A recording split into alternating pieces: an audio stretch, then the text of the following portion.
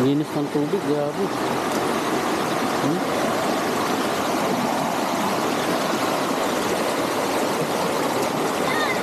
Solid.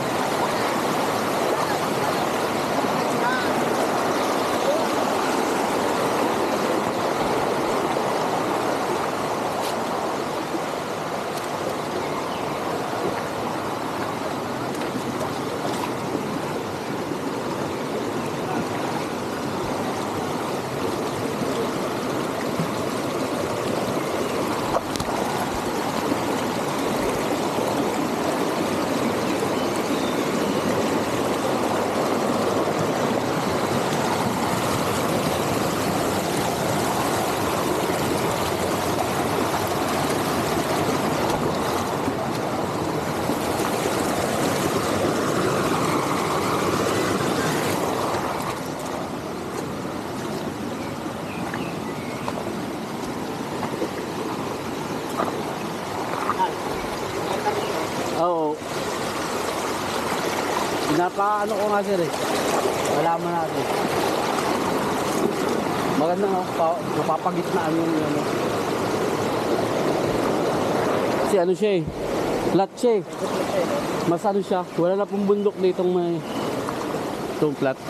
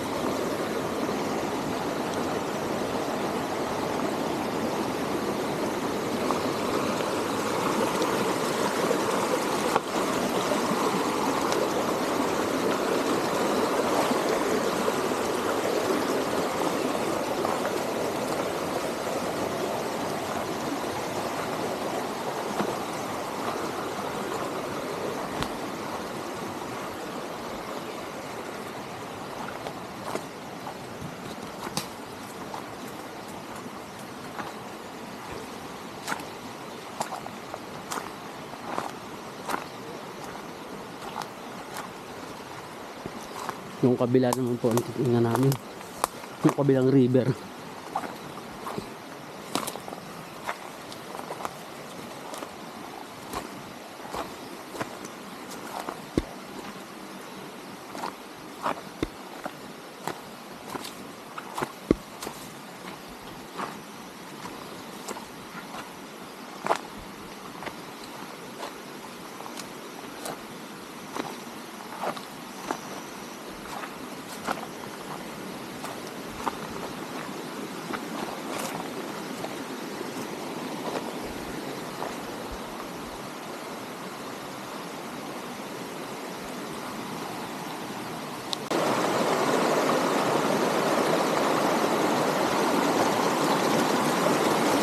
Binabaybay po namin. Malapit na ulit kami dun sa may kanto. Noong tusok, yung pinaka corner, yung dun sa kung saan po nagsalubong yung dalawang river, yun yung pinaka kanto ng property.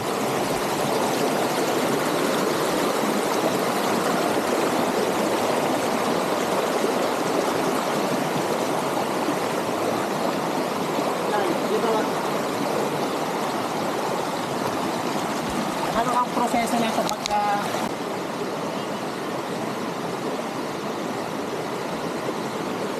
ito na yung pinaka-corner.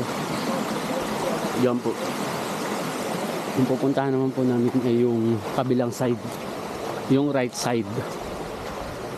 Pagitan niya ng 170. lot 170.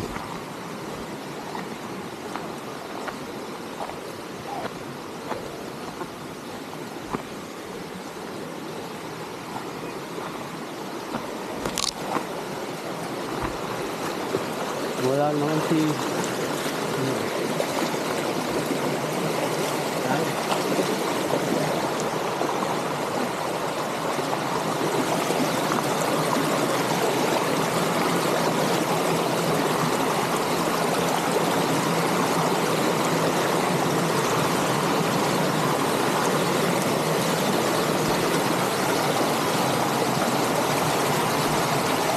lalo.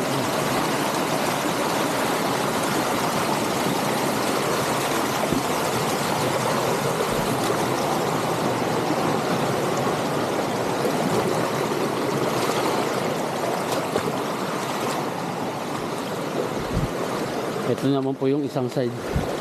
Mas flat area ito. Ito yung 170.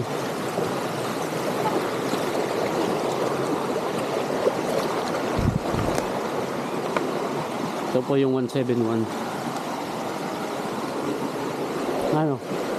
Mas mahaba-haba yan. Ha? Mas malakas yung tubig sa kabila, no?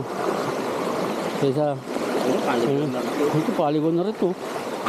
Kahit ganyan, lakas rin to. Bakit din lang nilang harang ito dito eh.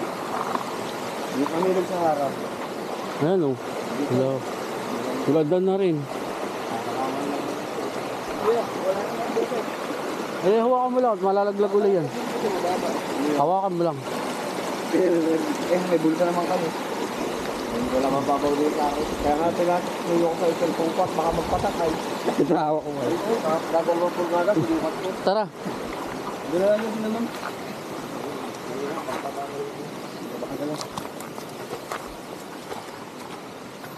Parang lumipat yung river ah.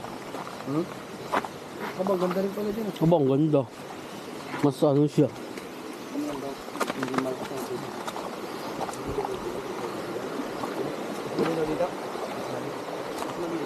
Ito po yung 170. Base po sa cadastral map na inaano, pero sabi ko nga, tama yung hinala ko na mas flat dito.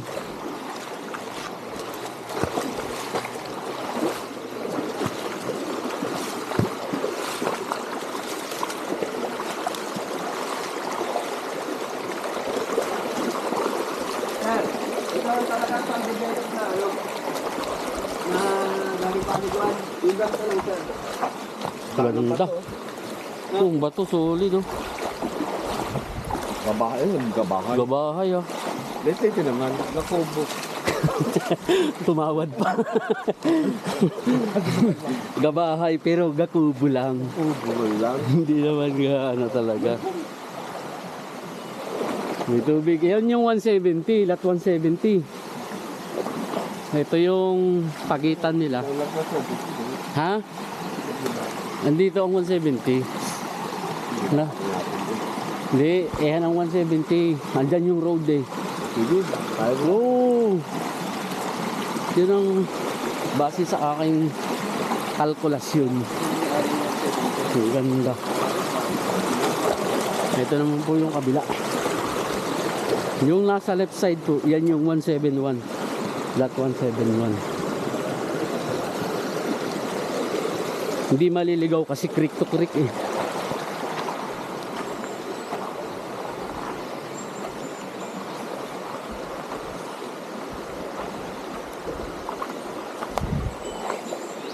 Mas malakas yung river sa kabila, pero mas malawak to. Ano ang gandaan doon? Parang ganito rin yung Camp Aul eh. Ka ano, Mataas. nung may giant swing sila. Pero ito nalagyan ng ano, ng trabesa. Doon na nag-enjoy, nilagyan na ng mga tent. Okay nga naman kasi yung baybay na ganito. Ano po siya. So maganda pa pa. Linaw din ang tubig oh.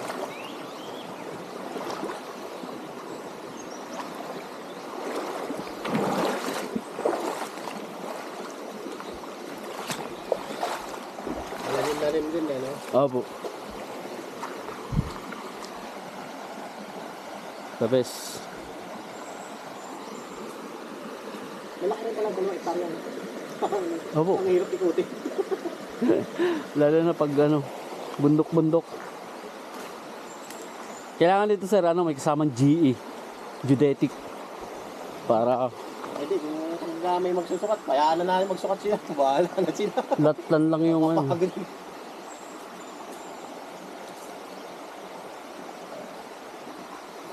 Ito naman, di ka maliligaw eh. Kasi Oo. boundary, no? May ano eh. Kita nyo dun sa cadastral. Isment na lang pag-uusapan, no? Pero magagamit naman. Hindi naman yun. Ilan lang isment yan? Ilang metro? 3? Wala dito? 3 meters yan. Creek lang siya eh, creek. Nasa titulo yun eh. Nasa likod ng titulo siya. Naka-indicate din. Pero kung pinakamalaki man, dito mag-20. Check natin. Magagamit, sir. Wala na mga ano na yun. Wala naman eh. Hindi ka. Ito? Wala na kaagaw. Wala nga ako. Yung pagbabawalan. Yung kampawul nga eh. Gamit na gamit nila yung ismint eh, ng kampawul. Hindi na pati isment yung gamit nila. Yung mismong ilog na ang kanilang ano. No, hindi mo naman. Pero yung kanila, naglagay ng recrap. Wala na yun. Wala na. Kumbaga, nasa... Kasama na. Oo. Ang gawin lang dyan sir, ano, Jurisdiction mo na yun, kung ah. recrapan, at least, ang purpose naman is patibayin mo naman yung ano. Kasi kung hindi, kakainin yung lupa mo. Kap, ang... Dun sa kanto na yun, ang anong magiging right of way para pumasok dito sa property? Adi, kung may ismet na sa kabila, yun ang kawan. Di ba sa Oo, road? dun. Di ba may... Ay, ang road dito pa eh. Lalabas pa doon yan, yung dito road. Ang pinakang right of way niya para makapasok sa property? Depende siguro dito sa may ismet. Pwede na doon. Sa gilid? Kasi pag dito, andyan yung dulo eh. Sir eh, nung makita ko sa CAD map, dulo, baka doon eh. Eh, sa taas Hindi lalayo pa, sayang naman yung haba ng road. Buti kung yung 170 ang kukunin. Hindi siya advisable na doon. Dapat dito na talaga. Kung kayang pumitas doon sa 170, bayaran o kung ano man. Kung sino man ang nandyan, okay yun. Pabor din sa kanya kasi. Sa kanya yun. Sisementohan. Kasi dito sir, yung ganyang kalaking farm, balit na bagay sa kanila. Hindi naman tayo nga sa subdivision na yung ultimo 3 meters, napakahalaga nun. Oo, 1 meter lang. Ano to, ektaryahan ng usapan.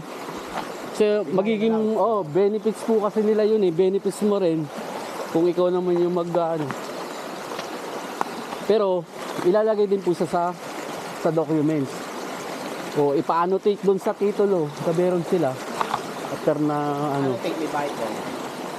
Papatorni lang po. Nakatabi lang na ano. Tapos naka-annotate sa titulo na lang na pumayag sila. Kung binayaran natin sa kanila yon, pwede. Nakatanggap nila kahit hindi napitasin yun. Para kahit ibenta niya yun, naka-annotate pa rin doon sa loob ng titulo yung ano, yung kasunduan. Opo. Mabilis lang po yun. Kaya rin namang iproseso.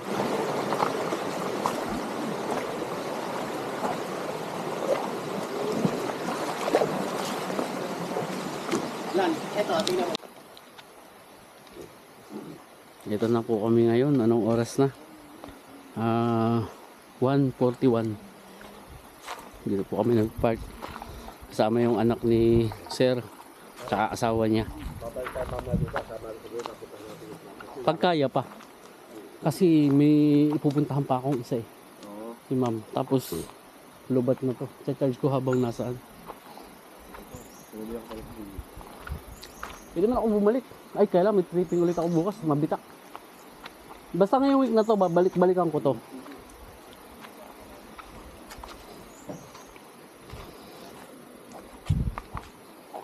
Kaya po yung dulo. Yan lang po. Thank you.